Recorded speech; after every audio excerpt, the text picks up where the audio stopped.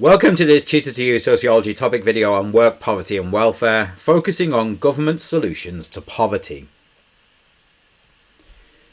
There are many different approaches that governments can take to eradicate poverty, and often social policies that look to tackle poverty look to address the causes of poverty, rather than simply alleviating the conditions of poverty. As we have seen earlier in this series, poverty is caused by a number of different factors, such as educational outcomes, unemployment, illness and disability, childcare and caring responsibilities, and the reduction in income that comes with retirement. As a consequence, different political views look to address the causes of poverty through different means. New right ideologies focus on the idea that poverty can be reduced through employment, while social democratic approaches suggest that changing the social conditions of individuals in poverty is key to reducing poverty. In this video, we're going to look at attempts made by different governments to reduce poverty, summarising some of the key policy decisions that have been made.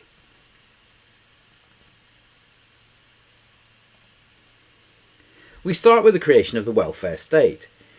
In 1942, the Beveridge Report, titled Social Insurance and Allied Services, was published following a commission by the wartime coalition government to look into the ways in which Britain could respond to the social and economic issues that had plagued the nation in the years leading up to the war. Beveridge suggested that the government needed to create a coordinated welfare plan to tackle what he called the 5 giant evils of society: squalor, ignorance, idleness, want and disease. Each of these would be tackled through the provision of different public services, reforms to the education system, the provision of social housing, social security benefits, the creation of the NHS, and adopting Keynesian policies of full employment. These policies were introduced in the years following the end of the war and are seen to be a golden period for welfare policy, supported by a post-war consensus on the need for social spending to rebuild the nation and reward individuals for the sacrifices made during the war. However, despite increased social mobility and prosperity, during the 1970s there was a crisis of hegemony in Britain. International conflicts and industrial action impacted on the economy, and media attention on welfare dependency saw a change of direction with the election of Margaret Thatcher in 1979. Thatcher, who was a supporter of neoliberal ideas, sought to reduce welfare dependency and create a small state, with individuals taking responsibility for their own welfare. Thatcher's focus was on people working their way out of poverty through promoting economic growth, largely through the privatisation of public services and cuts to welfare benefits.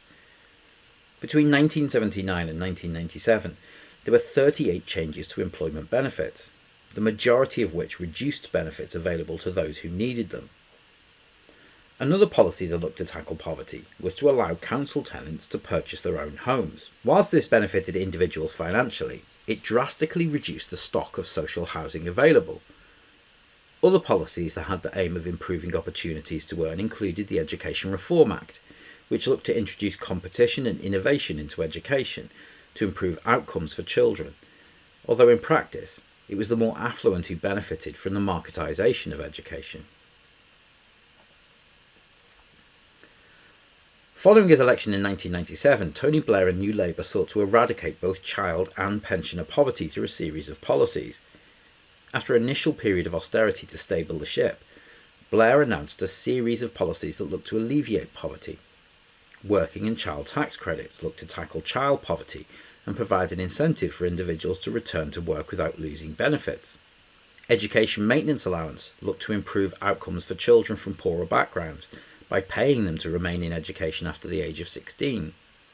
Sure Start centres were also set up to improve educational outcomes amongst working class pupils, providing preschool education and subsidised childcare. Another big policy that was introduced was the national minimum wage. For the first time there was a guaranteed level of pay for workers, and this has since been replaced by the national living wage. However, the third way approach of Blair's Labour has been criticised for combining neoliberalism and social democracy, and inviting the use of PFIs, privately funded initiatives, in both education and healthcare, which has accelerated the privatisation of welfare services.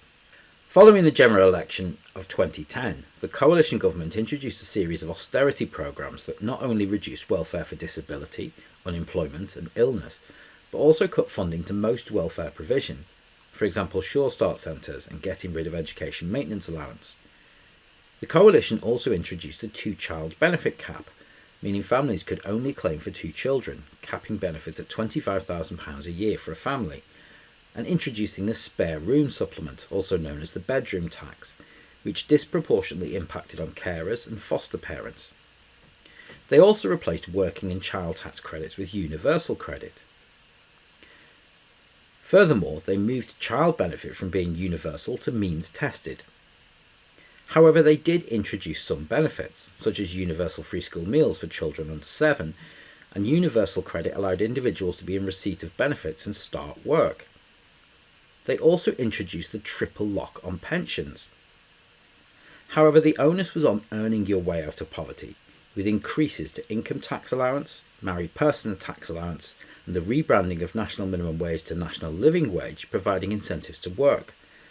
They also allowed the use of zero-hour contracts, meaning individuals could work flexibly, if precariously, and this period saw the growth of the gig economy.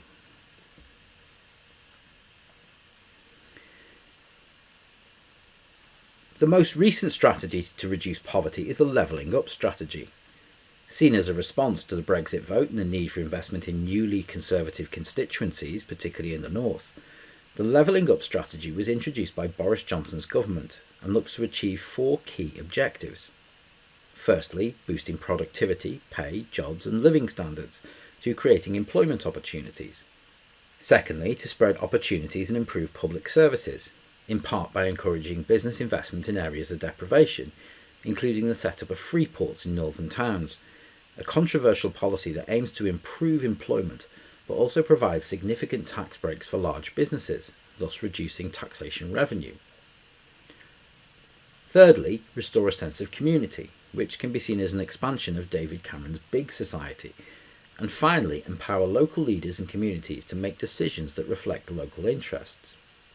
The impact of Levelling Up was obviously affected by the COVID pandemic and the cost of living crisis, both international concerns, and with the replacement of Johnson with first Liz Truss and then Rishi Sunak, time will tell if new policies will be introduced in the run-up to the next general election in either 2024 or early 2025.